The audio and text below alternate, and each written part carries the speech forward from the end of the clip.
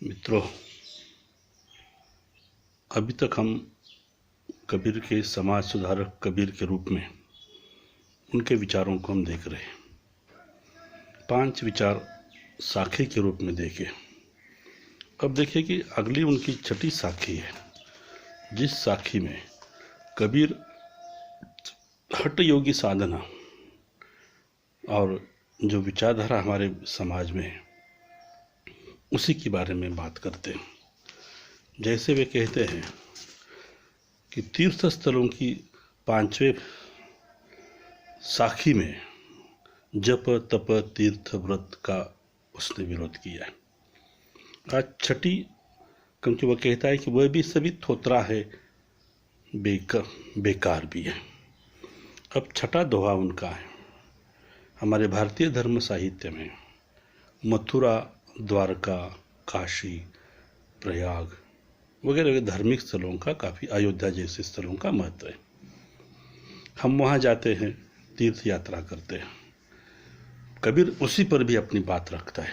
क्या कहता है, देखिए, मन मथुरा दिल द्वारिका, काया काशी जानी, 10वां द्वार देहुरा, तामे ज्योति पिठानी।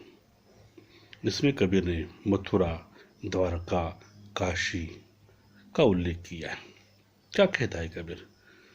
कबीर कहता है, मन मथुरा दिल द्वारिका, काया काशी जानी। जानने की बात करता है। कबीर कहता है कि हम काशी के पास चले जाते हैं, द्वारका चले जाते हैं, अयोध्या चले जाते हैं, जहाँ हम ईश्वर को देखना का प्रयास करते हैं। कबीर कहते हैं, मनुष्य ईश्वर को प्राप्त करने के लिए तीर्थ स्थलों की यात्रा करना कोई आवश्यक नहीं है, जरूरत भी नहीं है। यह जैसे उस मृग की तरह भटकाना है। कबीर कहता है कि मनुष्य का मन ही मथुरा है, उसका हृदय द्वारिका है, शरीर काशी है। मतलब मन, शरीर और हृदय, ये तीनों भी मनुष्य के पास है और वे हमारे तीर्थ क्षेत्र है। और इसलिए अन्यत्र कहीं स्वयं काशी में जाने की आवश्यकता नहीं है, न मथुरा जाने की आवश्यकता है। हम मन को समझे, हृदय को जाने, शरीर के बारे में सोच ले तो शायद हमें ईश्वर की प्राप्ति होती है। आगे वह कहता है, यह 10वां जो द्वार है, जैसे ब्रह्म अरुंद्र कहते हैं या ब्रह्म ज्योति कहते हैं, ब्रह्म का साक्षात्कार कहते हैं। कबीर कहता है कि यह सभी होने के बाद मन, हृदय और शरीर, इसे हम समझते हैं तो शायद हमें तामे ज्योति पहचानी, मतलब हमें वह जो है ज्योति है, ईश्वर की ज्योति हमें प्राप्त हो सकती है। तो यहाँ काशी की बात कबीर कहता है कि हमें सिर्फ मन, हृदय और ईश्वर को समझना अनिवार्य है। आगे चलकर उसका दोहा 7वीं साखी भी उसी काशी के संबंध में। कबीर कहता है, काशी काठे घर करे, पीवे निर्मल नीर, मुक्ति नहीं हरि नाम बिन, यो काहे कहे दास कबीर। कबीर कहता है, दास कबीर कहता है, मुक्ति नहीं हरि नाम बिन। नामस्मरण पर कबीर का काफ़ी बल है। जैसे सदगुरु पर उनकी धारण निष्ठा है, उसी की तरह वह नामस्मरण पर बल देता है। क्योंकि सभी संतों की धारणा है कि नामस्मरण के लिए न कोई खर्च की आवश्यकता होती है, न कोई दिखावट की आवश्यकता होती है, न तीर्थ व्रत की आवश्यकता होती है। हम कहाँ भी बैठे, कहाँ भी कोई भी काम करते हो तो उसी वक्त भी हम हरि का नाम स्मरण ले सकते हैं। वहाँ काशी में जाकर या द्वारिका में जाने की आवश्यकता नहीं, हज की यात्रा करने की आवश्यकता नहीं। कबीर कहता है, काशी काठे घर करे। हम काशी के पास गंगा के किनारे पर हम घर बनाते हैं तो क्या ईश्वर मिलेगा? घर बनाने से और वहाँ रहने से यदि हम ईश्वर का नाम नहीं लेते हैं तो शायद ईश्वर की प्राप्ति संभव नहीं है। काशी में रहने से हमें सिर्फ जल मिलेगा, निर्मल पानी मिलेगा, हमारी प्यास बुझेगी, परंतु मन की प्यास जो है ईश्वर की मुक्ति, ईश्वर की भक्ति, दर्शन, जो शायद कहता है मुक्ति नहीं, कबीर कहता है काशी में रहने से हमें मुक्ति नहीं मिलेगी। कहे कबीर, दास कहता है कि हमें यह सिर्फ और सिर्फ मुक्ति चाहिए तो हमें ईश्वर का नामस्मरण करना अनिवार्य है और तभी हमें ईश्वर की मुक्ति, ईश्वर के साथ साक्षात्कार हो सकता है। इसलिए कबीर ने अपना गंगा जल पाना ये मुक्ति का नहीं बल्कि ईश्वर का दर्शन करना, सच्चे मन से ईश्वर को प्राप्त करना, देखना सच्ची भक्ति है। और काशी में जाने की, द्वारका में जाने की, हज की यात्रा करने की इसके लिए कोई आवश्यकता नहीं, ऐसा कबीर मानता भी है।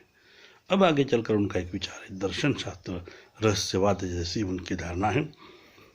कमनी अंग बिरकत भया, रत भया हरि नाही, साशी गोरखनाथ जू, अमर भये कली माही। कमनी अंग बिरकत भया, रत भया नई हरि, साशी गोरखनाथ जू, अमर भये सानी। कबीर कहता है कामिनी से विरक्त होना, क्योंकि मनुष्य के भक्ति के क्षेत्र में, मनुष्य में कामिनी जो लुटारों का काम करती है, मन को ईश्वर से दूर ले जाने का काम करने वाली यह कामिनी है। उस कामिनी से मुक्ति पाना भक्त के लिए आवश्यक है। कबीर ने उसी के बारे में कहते हैं, कामिनी से विरक्त होना, उस इच्छा से दूर होना और प्रभु से अनुरक्त होना। एक तरफ विरक्ति और एक तरफ अनुरक्ति है। अनुरक्त होना मतलब उसमें प्रेम करना है, प्रेमी बनना है। कामिनी से विरक्त होना, काम वासना से विरक्त होना और ईश्वर पर अनुरक्त होना, ईश्वर से प्रेम करना, यह आवश्यक है। वही श्रेयस्कर ये कबीर की धारणा है। कहते कि जैसे साक्षी गुरु गोरखनाथ भी है, जिन्होंने कलयुग में इसी आचरण पर में अमरता प्राप्त कर ली। कहते कलयुग आज का युग है, कहते कलयुग है। कलयुग की धारणा है कि जिसमें पाप, अंधश्रद्धा भारी बन जाएगी और सृष्टि का नाश होगा, ऐसी मान्यता है। और ऐसे कलयुग में गोरखनाथ ने यही विचार समाज के सामने रखा और अपने विचार में कहा कि हम कामिनी से दूर रहे और ईश्वर पर अनुरक्त हो तो शायद गोरखनाथ जैसे। अभी हमने कहा था कि कबीर के साहित्य पर नाथ संप्रदाय का प्रभाव है, नाथ संप्रदाय के विचारों का प्रभाव है। यहाँ भी गोरखनाथ का उदाहरण उसने देकर अपनी बात स्पष्ट की है। उसके बाद एक नौवा साखी है जो हमारे लिए नहीं, समाज के लिए बहुत बड़ी उपयुक्त है। हम किसे दोस्त कहें, किसे पास रखें, किससे दूर चले जाएं, ये अपनी अपनी धारणा है। परंतु कबीर ने उसी के बारे में अपने एक दो साखी में लिखा है, निंदक नियरे रखिए, आंगन कुटी बंधाए, बिन पानी साबुन बिन, निर्मल करे सुभाए। निंदक, साबुन और पानी, ये तीनों का प्रतीकात्मक संदर्भ देकर कबीर ये बात स्पष्ट करता है कि सामान्य व्यक्ति अपने जीवन में प्रशंसा करने वाले के प्रति प्रेम रखता है, निंदा करने वाले, दोष दिखाने वाले से हम दूर चले जाते हैं। परंतु संतों ने ऐसा नहीं किया। संत कहते हैं कि जिसने जिसने निंदा की उसकी, चाहे तो तुकाराम जी का चरित्र देखिए, एकनाथ जी का चरित्र देखिए, उनके जीवन में भी ऐसे कई निंदक रहे। कौन निंदक है? तो जो अधर्मी है। यह भी कबीर कहता है कि निंदक नियरे रखिए, निंदक को अपने पास रखिए। मगर सामान्य व्यक्ति निंदक से दूर रहना चाहता है। संत उसे अपने पास रखना चाहते हैं। पास मतलब कितने नजदीक? वे कहते हैं कि आंगन कुटी बंधा है। कबीर कहता है कि ऐसे निंदक को अपने घर के पास आंगन में उसे कुटी बांध कर दीजिए, जिससे 24 घंटे वो निंदक तुम्हारे साथ रहेगा। जब देखिए कि निंदक क्या करता है, क्या आवश्यकता है निंदक की। कबीर ने एक सामान्य जीवन का उदाहरण दिया है। निंदक निंदा करता है, दोष दिखाता है। दोष दिखाने से क्या होता है?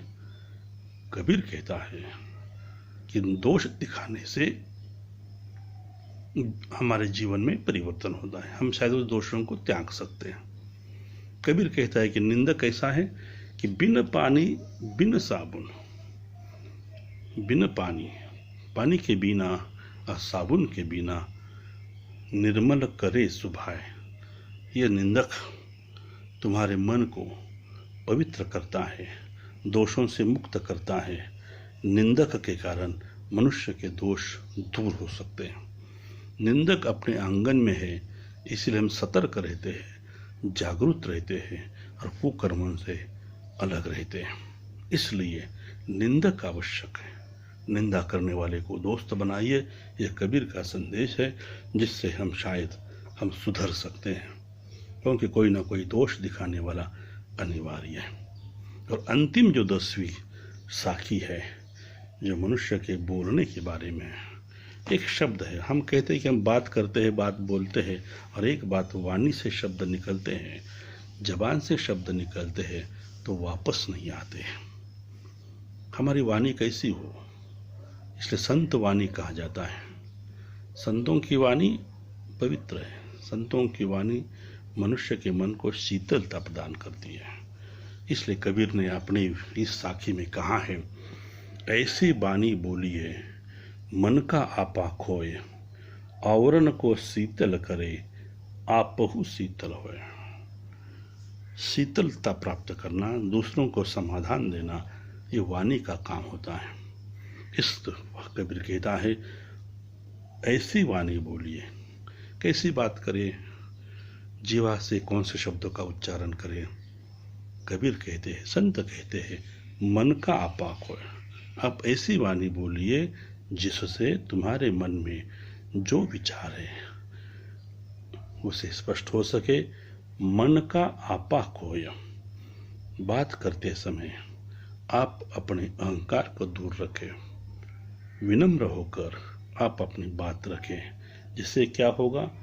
औरों को शीतल करें, दूसरों को सुख मिले, और साथ साथ आप बहुत शीतल हो, और साथ साथ अपने मन को भी शीतलता मिले। दूसरों से कठोर शब्द कहने से, दूसरों को पीड़ा देने से अपने मन को शायद सुख मानने वाली जो एक विकृत धारणा है, उस पर कबीर का यह प्रहार है। इसलिए कबीर कहते हैं, आप ऐसे वाणी बोलिए, आपको भी सुख मिले और दूसरों को भी सुख मिले, क्योंकि एक बार शब्द कहने से शब्द वापस नहीं लिया जाता। इसलिए समाज में, व्यक्ति में द्वेष पैदा करने वाला कोई बहुत बड़ा हथियार है तो यह शब्द है, अपनी वाणी है। इसलिए वाणी को सुमधुर बनाने के लिए, सुसंस्कृत बनाने के लिए यह कबीर का संदेश है। मन को शीतल करे, अपने आप को सुख मिले और दूसरों को भी सुख मिले, ऐसे विचार कबीर ने यहाँ व्यक्त किए। तो वाणी, यात्रा, तीर्थ यात्रा आदि के संबंध में यह कबीर के विचार है, और निश्चित रूप में हमारे लिए, दोस्तों सभी के लिए, यह 10वां साखी कैसे बात करनी है। दूसरे 9वीं साखी में निंदक, दोष दिखाने वाले से क्यों दोस्ती करना है, मन में जो आसक्ति है उसे किस तरह से त्याग करना है। काशी में रहकर मुक्ति नहीं मिलती, बल्कि हरि नाम स्मरण से मुक्ति मिलती है। शरीर 10वां जो द्वार है उसे प्राप्त करना होगा, और इसलिए थोता, अधर्म, अंधश्रद्धा से भरे जप तप का तीर्थ व्रत यात्रा को विराम करके हम सिर्फ ईश्वर को, नामस्मरण को प्राप्त करें। केस मुंडाने की अपेक्षा मन को मुंडाइए, मन को सद्वर्तन की ओर ले जाइए, तो शायद मनुष्य का जीवन सफल बनेगा। उस मृग की तरह अज्ञानी न बनकर घट घट में व्याप्त ईश्वर को देखिए, उसे जानिए, क्योंकि शरीर में विष भरा है और गुरु अमृत है। ऐसे गुरु के उपकार को याद करें। गुरु अनंत उपकार करता है और हमें ज्ञान देता है।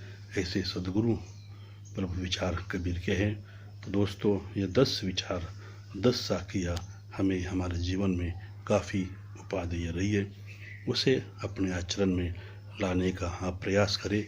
आज के इस विज्ञान के युग में भी ये विचार निश्चित रूप में पाते हैं, पथदर्शक है, चिंतनीय है।